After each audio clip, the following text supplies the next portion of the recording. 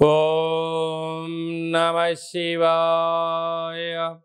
ఓం నమో నారాయణాయ. కర్మ నివారణ నరదృష్టి నివారణ కాళభైరవాయ నమో నమః. ఓం ఆంజనేయాయ విద్మహే వాయుపుత్రాయ ధీమహి తన్నో హనుమత్ ప్రచోదయాతు. హరి ఓం. మా ఛానల్కి స్వాగతం. చూస్తున్న వీక్షకులకు ప్రేక్షకులకు ప్రియ కాళభైరవ భగవద్బంధులకి స్వాగతం పలుకుతూ మమ్మల్ని ఎంతగానో ఆదరిస్తూ ఉండబడినటువంటి ప్రియ సోదరీమణులకు అందరికీ, సనాతన ధర్మ సంరక్షకులకు, జ్యోతిష్య అభిమానులకు స్వాగతం పలుకుతూ అందరిపైనను శ్రీ హనుమంతుడి స్వామి వారి యొక్క ఆశీస్సులు ఉండాలని కోరుకుంటూ ఆశీర్వచనం. అందరికీ ధర్మ మార్గము, భక్తి మార్గము, రామ మార్గాన్ని ఏర్పాటు చేసే శక్తిని మనసు ప్రసాదించాలని మనసారా శ్రీ హనుమంతుడి స్వామి వారిని కోరుకుందాం. 1వ తారీఖు 6వ నెల 2024 నుండి 15/6/2024 వరకు పుట్టినటువంటి వారందరూ కూడా ముందస్తుగా జన్మదిన శుభాకాంక్షలు. గతంలో వివాహం చేసుకున్న వారికి వివాహ వార్షికోత్సవ శుభాకాంక్షలు. 1/6/2024 నుండి 15/6/2024 వరకు గ్రహ గమనాలను ఒకసారి వీక్షింపచేద్దాం.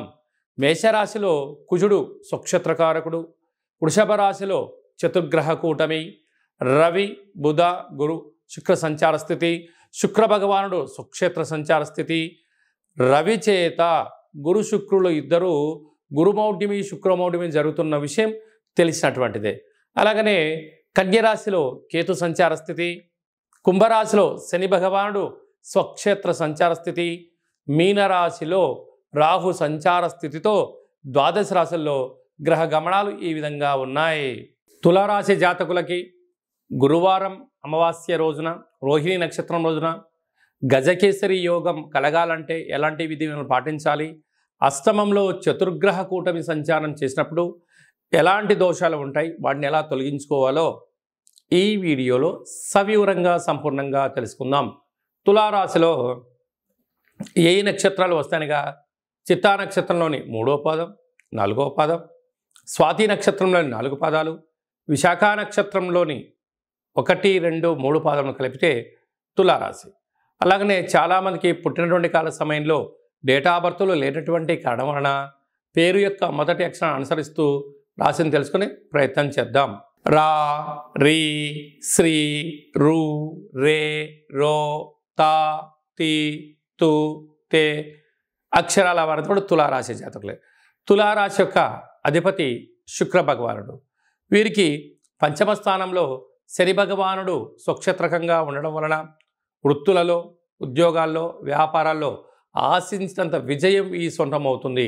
కాకపోతే వీరు చాలా సున్నితమైన స్వభావం కలిగినటువంటి వ్యక్తులు కనుక నూతనంగా వివాహమైన వారికి సంతాన యోగము, పిల్లల యొక్క చదువులు, పిల్లల యొక్క అభివృద్ధి అన్నింటా విజయం ఈ సొంతం కాబోతుందని చెప్పి గమనించాలి. 6వ స్థానంలో రాహు సంచారం చేయడం వలన వృత్తులలో, ఉద్యోగాల్లో, వ్యాపారాల్లో ప్రమాదాలు పొంచి ఉన్నాయి. వీలైనంత వరకు మీ జన్మ నక్షత్రం రోజున అష్టమి, పూర్ణిమ, అమావాస్య తిథుల యందున మీరు ప్రశాంతంగా ఉండడం, దైవనామస్మరణ చేసుకోవడం, మీ జన్మ నక్షత్ర వృక్షాలకు నీళ్లు పోసుకోవడం వల్ల చాలా మంచి కాలం ఉంటుందని చెప్పి గమనించాలి.